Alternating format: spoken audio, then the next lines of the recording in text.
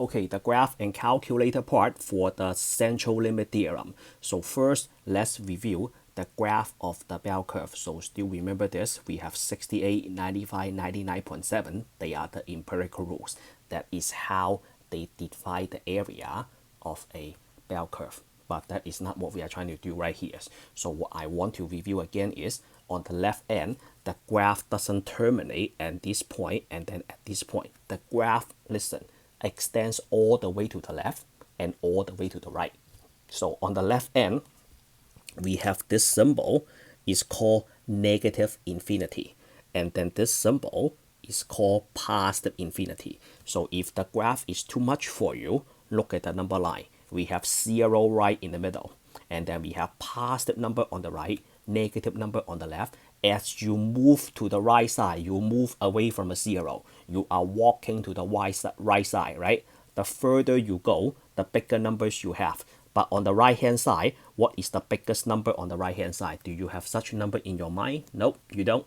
You cannot think about such a number in your mind, right? So all you know is the value is very, very large and is positive. So we call that a positive infinity, since we are not able to write this number on paper. Same thing on the left hand side. You are trying to walk to the left hand side. You want to stay away from a 0.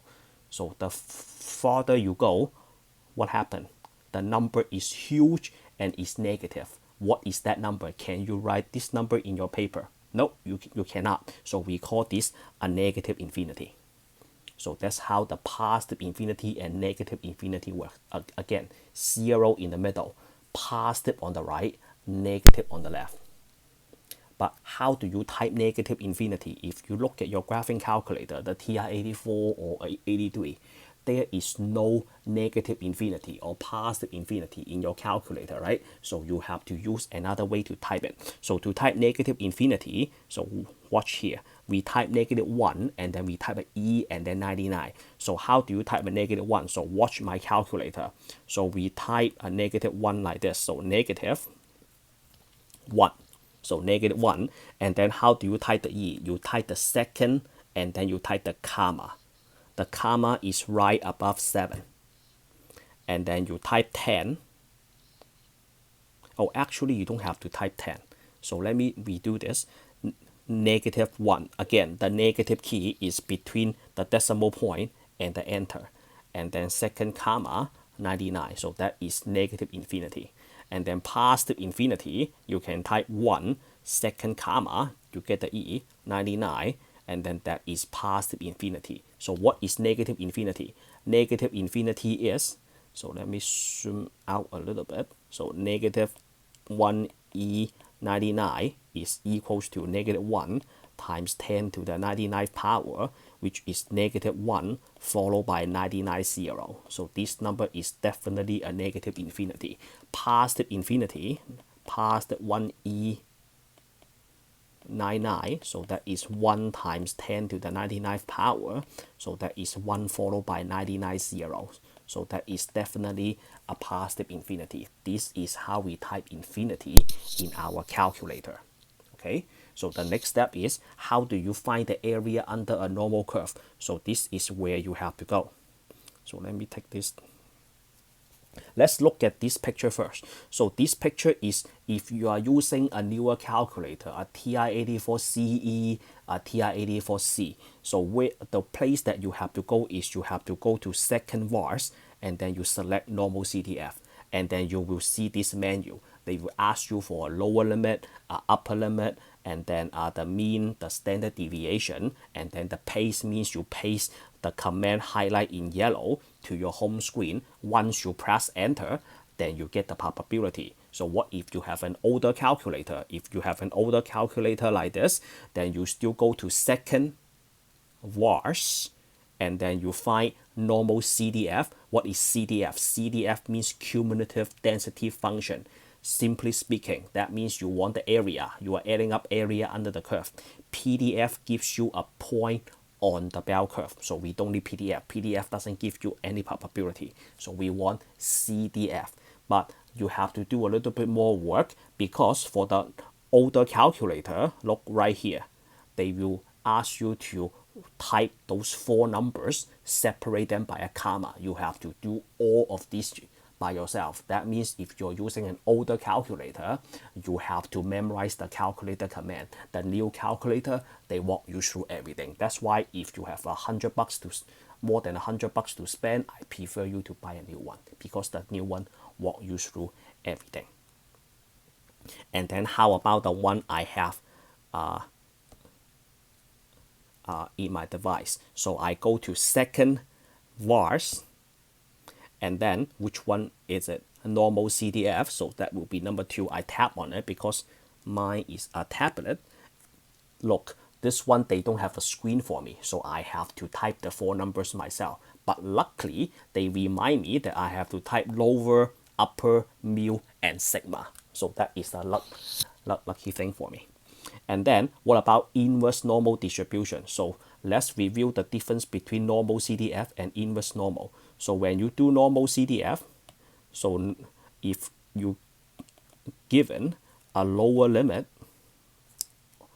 that is, let me make this even easier for you. So let's say you have probability x is less than 20, and then you have a mean, no, not x bar, and then you have a mu, you have a sigma.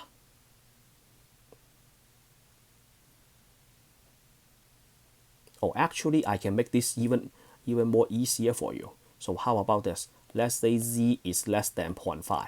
You have z, that means you are on the standard normal curve. So you have z, you want to find probability.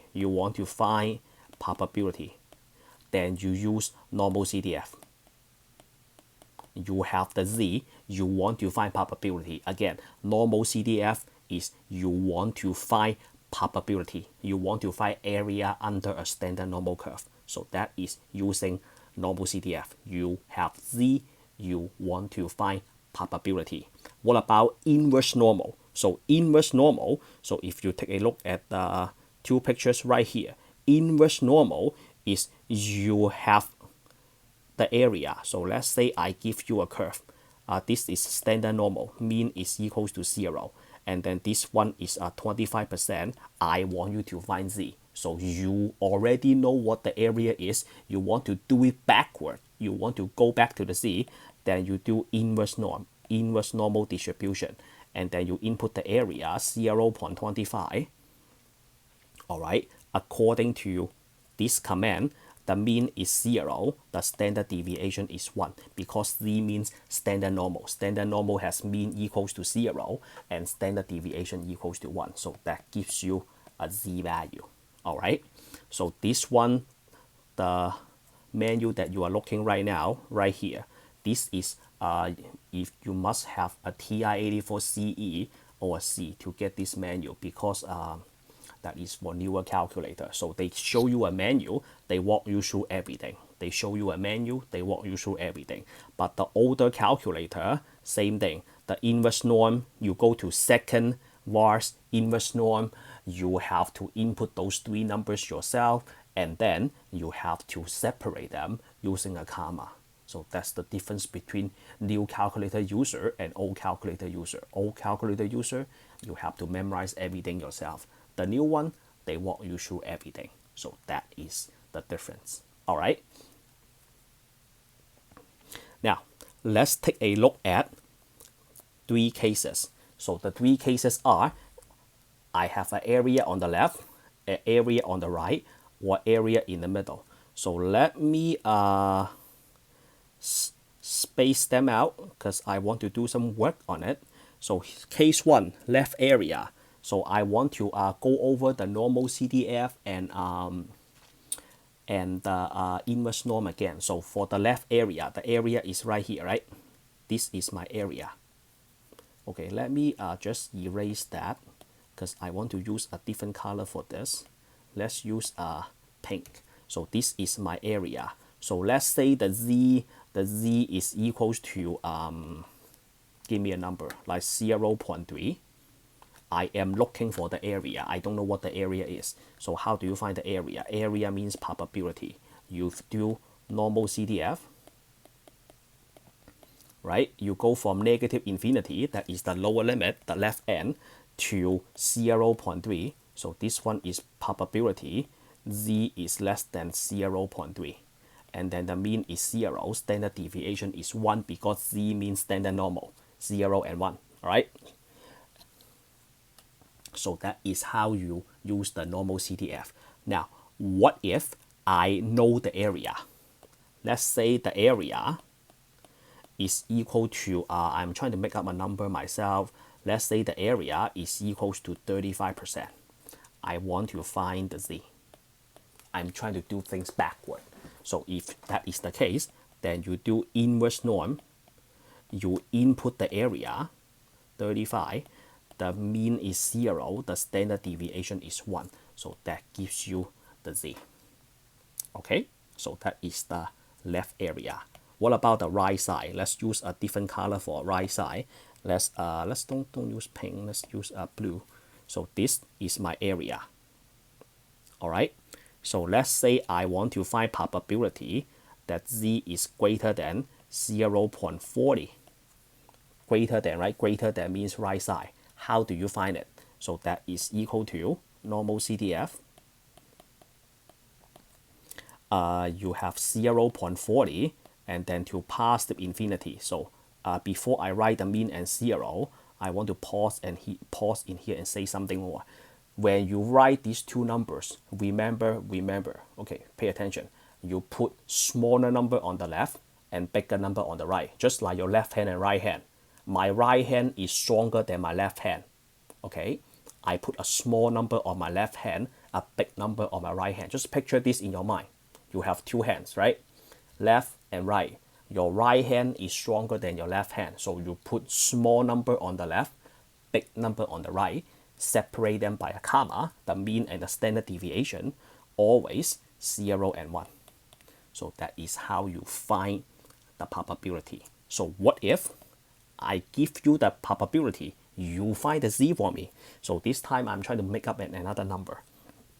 So let's say the area is equal to 0.254, and then you want to find the z for me. How? So the z in this case is inverse norm. What's the area? 0.254 and then 0 and 1. Are we done? Can we just find what the z is? So let's do this really quick. So I am going to push the calculator up.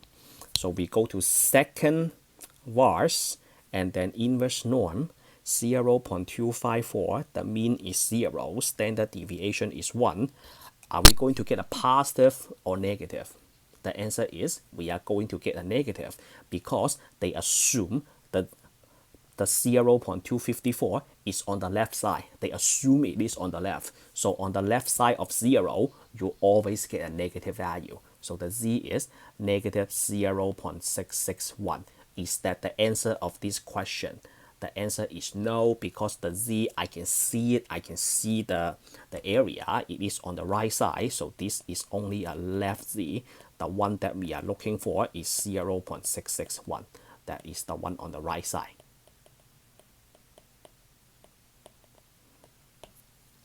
Okay, so that is case 2.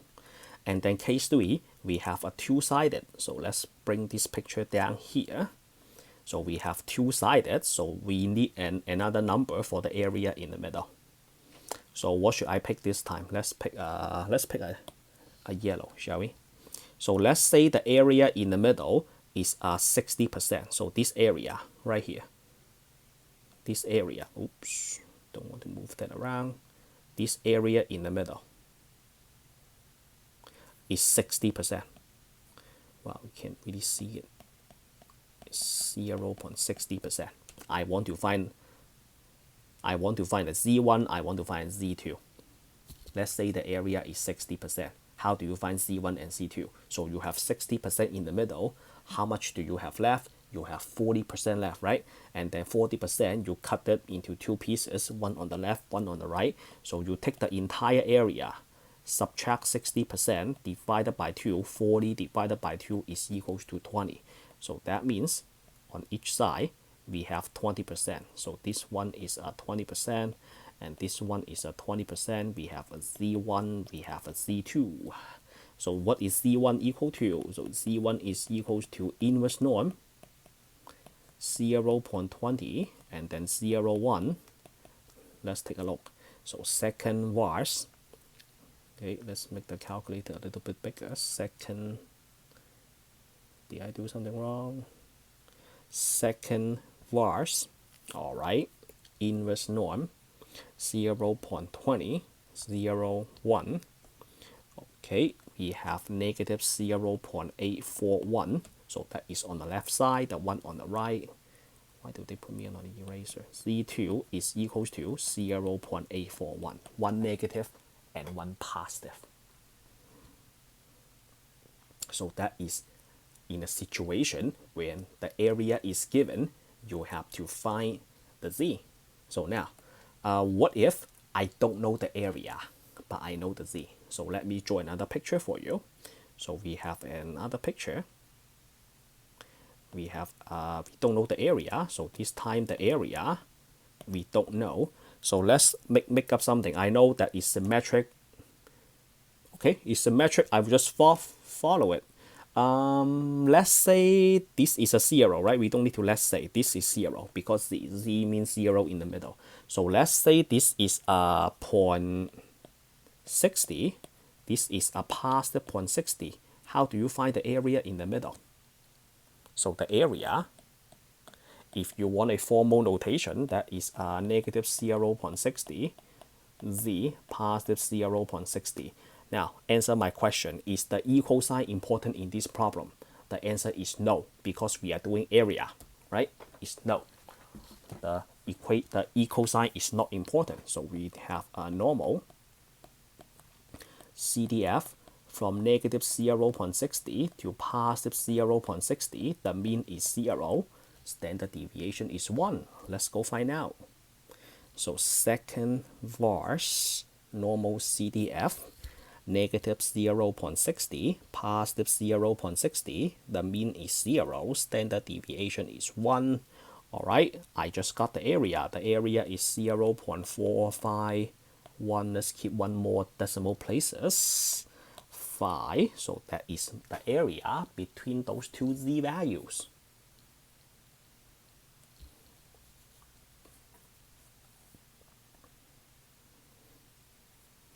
All right, so far so good. Are you surviving?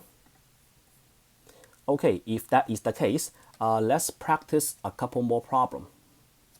So let's go to the next one. So the next one, let me change color. So the next one, I would like to give you a standard normal curve. This is in the middle. I am going to cut 25% right here. Can you tell me what the Z is? And then the other one, I am going to cut 32% on the right. I want you to tell me what the Z is. So you can pause my video and do it really quickly. So this one, the Z is equal to inverse norm, 25% on the left. The mean is 0. Standard deviation is 1. Then you get your Z. The one right here, so you have Z equals to inverse norm, 0.32, 0, and 1. So that is your Z value. Let's take a look. So second vars, and then inverse norm. We have 0.25. The mean is 0. Standard deviation is 1. There you go. The other one, second vars, inverse norm, 0.32, 0, and 1. So we have negative 0.674. For the Z, I would like to keep 3 decimal places. For probability, I keep 4 decimal places, so I can distinguish the difference between them. This one is negative 0.468. Am I right? Is this the answer that we want? The answer is no, not yet. This is a 1 on the left because this is negative. We have a Z on the right side of 0. So the one that we are looking for is positive 0.6468. So that is the Z that we are looking for. Let's do one more and then we conclude this video. All right, so one more. We have another normal curve. I have 0 in the middle, so this time I want to have 38% in the middle. So I'm going to cut 38% right here. You have to tell me the Z1, you have to tell me the Z2. All right, so since you have 38%, what are the leftovers? So what is on this side and what is on this side? So to answer that question, you take 100 minus 38 divided by 2. So in case you are very lazy, you can ask the technology to do it for you. So 100 minus 38 divided by 2, because you don't want to take any chances, especially on a test. So 31, this is 31%, this is 31%. And then I need the 31 to calculate one of the z's. The other one is easy. I will just add or remove the negative sign. So go back to orange. So my z1 is equal to inverse norm 0.31 and then 0, 1. So z1 is equals to 1. Second vars inverse norm 0.31 and then 0 and then a 1. You enter, that is equal to negative 0.496. Z2 is equals to positive 0.496. So that is how you take care of this situation. All right, if everything is good, then you are good to move on to a real application problem. So let's move on to the next part. I see you there.